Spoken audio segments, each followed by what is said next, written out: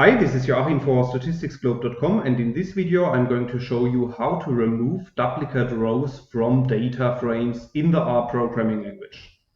So in the video I'm going to use some example data that we can create in lines 3 and 4 of the code. So if you run these lines of code, you will see that a new data object appears at the top right of RStudio. And we can also have a look at this example data by running line 5 of the code.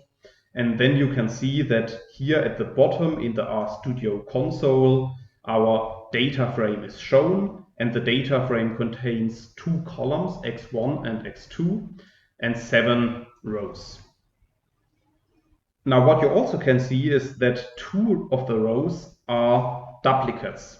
So the row number 2 is replicated in row number 6, and row number 5 is replicated in row number 7. So now let's assume that we want to remove all of these duplicates. Then we can use the duplicated function, as you can see in line 8 of the code. So more precisely, we need to specify the name of our original data. So in this case, this data frame is called data. Then we need to open a square bracket. And then within the square brackets, we need to apply the duplicated function to our data frame. And in front of the duplicated function, we need to write a bang. And this actually means that we want to return all rows which are no duplicates.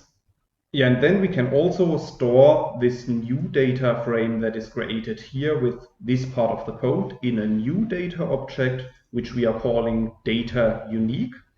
So if you run this whole line of code, you will see that a new data object with the name data unique appears at the top right of RStudio. And we can also have a look at this new data object by running line 9 of the code. And then you will see that this new data frame contains exactly the same rows as our previous data frame, but this time the duplicates of row 6 and 7 are not contained in the data frame anymore. Yeah, so that's basically how to remove duplicates from a data frame in the R programming language. However, if you want to learn more on this topic, you could check out my homepage, statisticsglobe.com, because on the homepage I have recently published a tutorial in which I'm explaining the content of this video in some more detail.